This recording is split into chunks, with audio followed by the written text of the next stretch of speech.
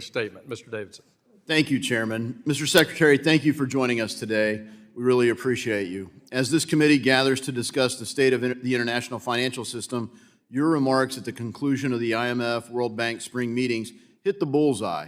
Your vision to steer the IMF and World Bank back to their core missions, macroeconomic stability and economic development, while cutting through mission creep is exactly what we need.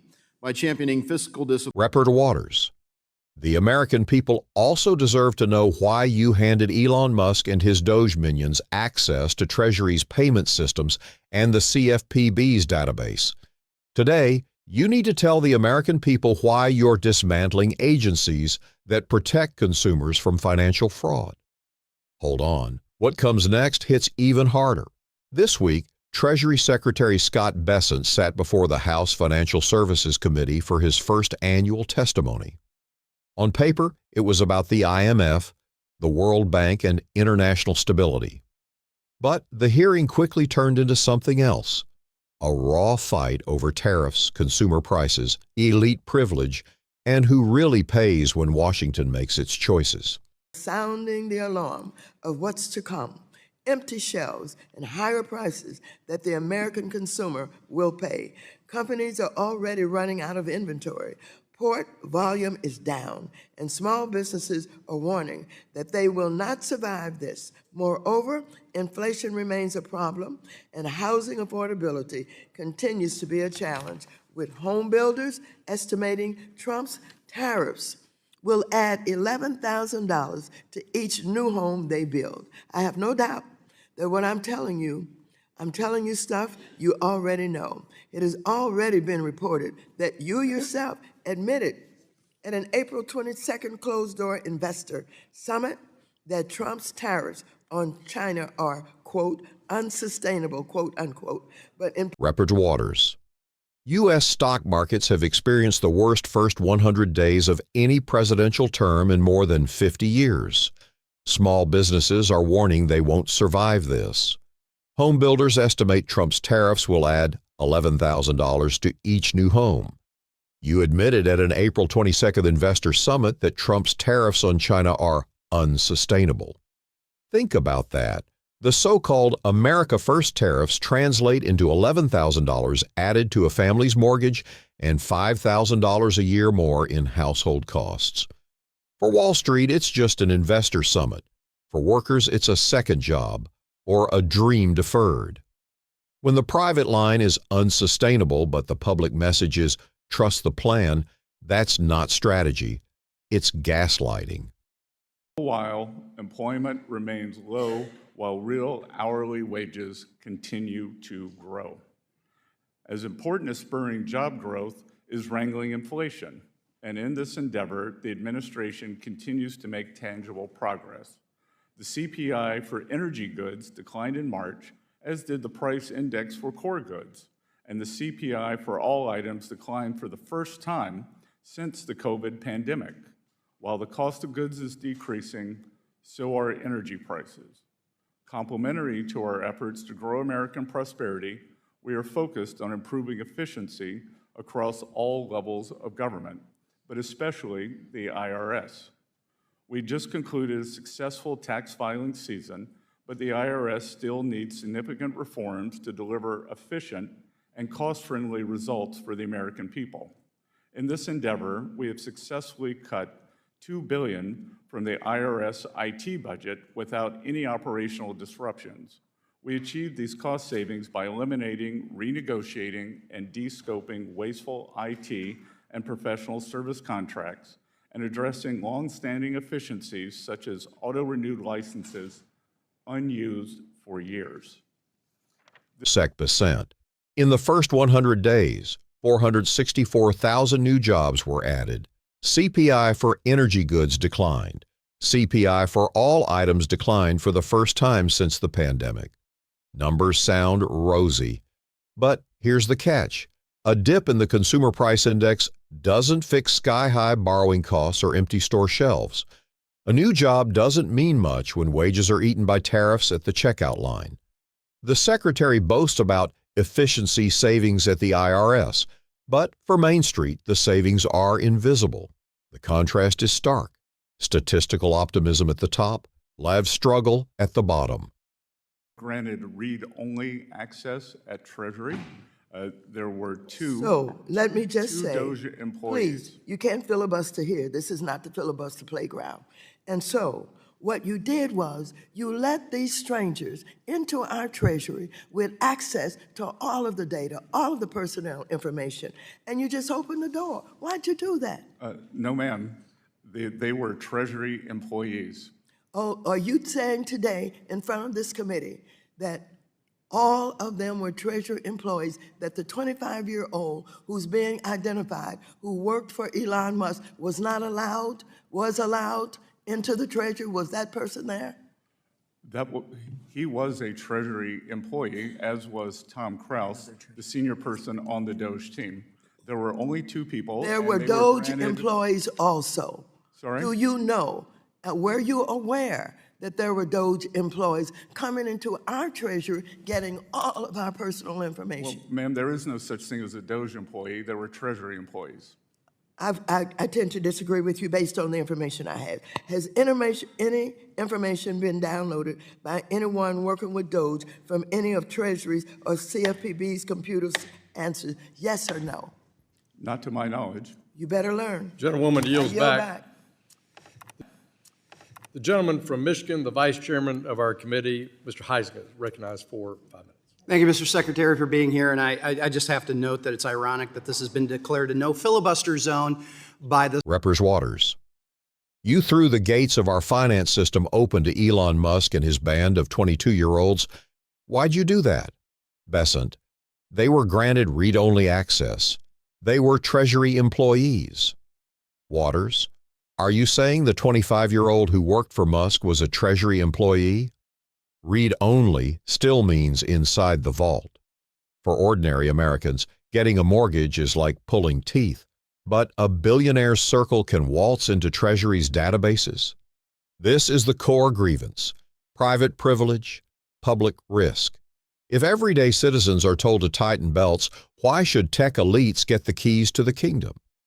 There is speculation that there may be up to $2 trillion of demand over the next few years for U.S. government securities from digital assets.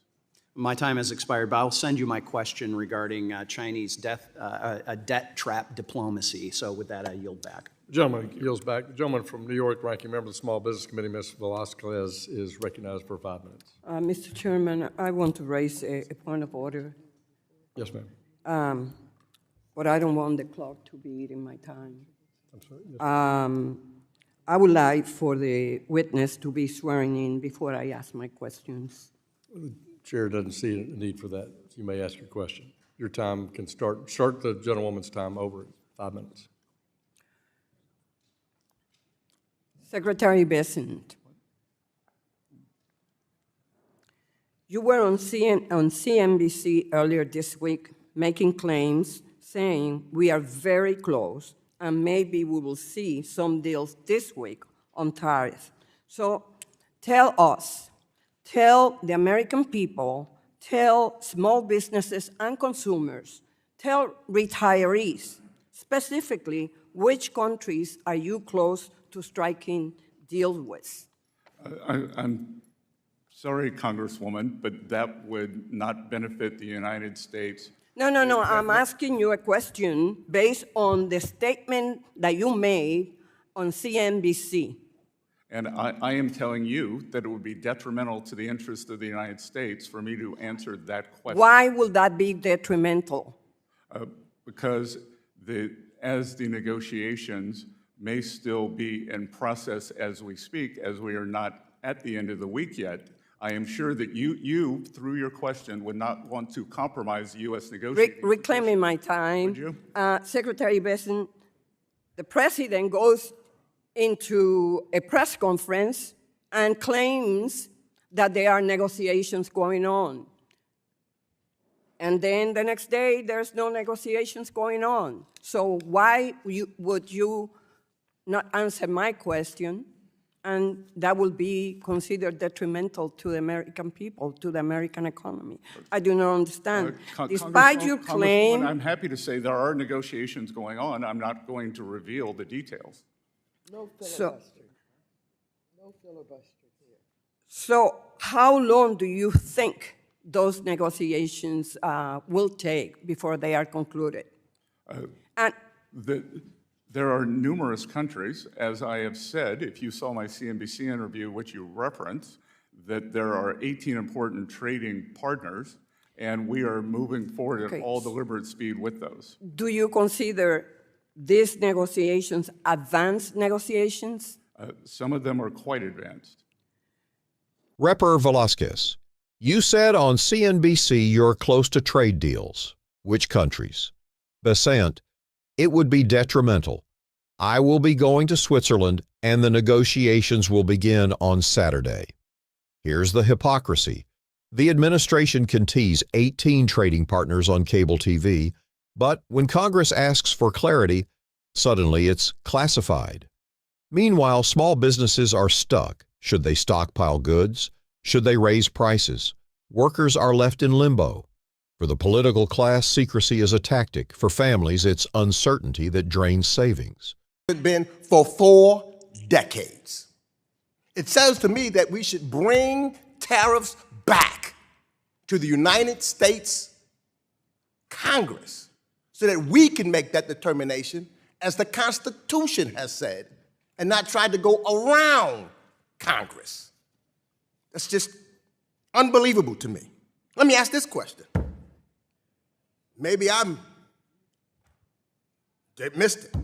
Who was the president, and who has been the president since January 20th, 2025? Donald J. Trump. Okay.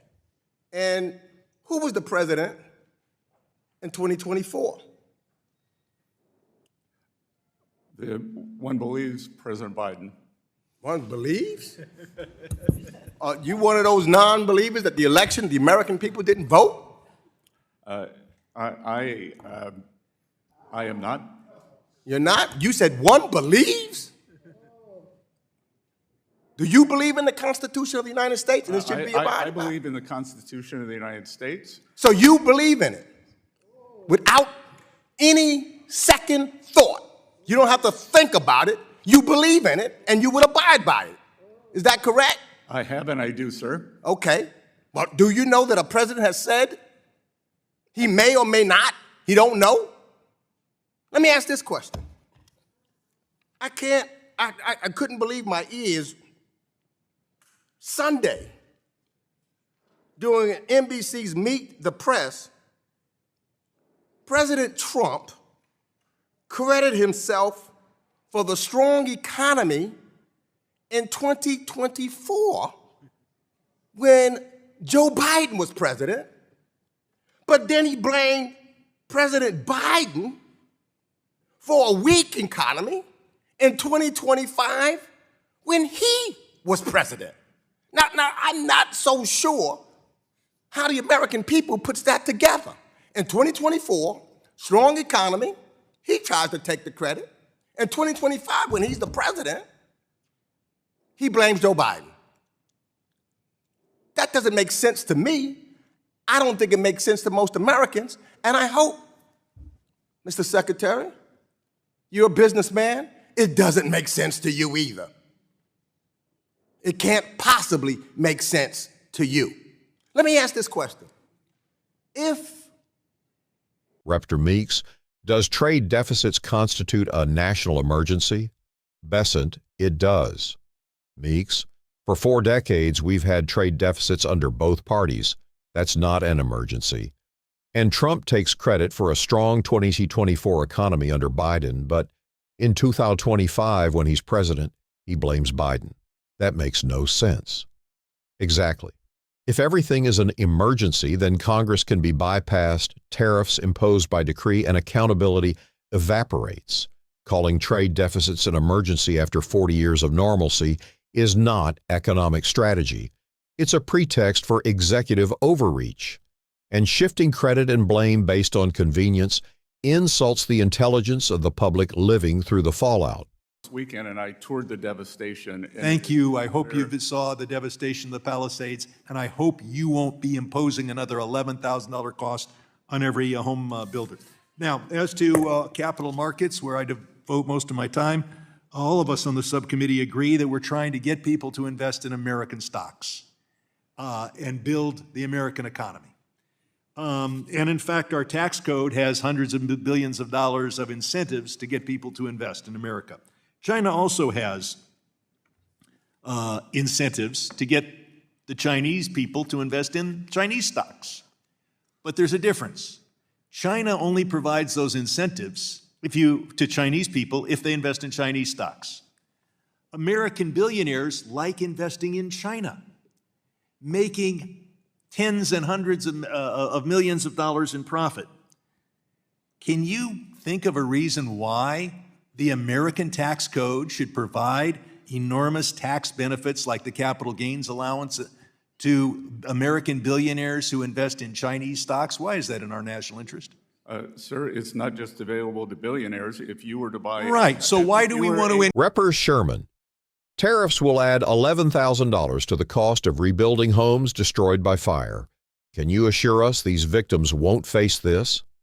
Bessent. I will look into that matter. I toured the devastation.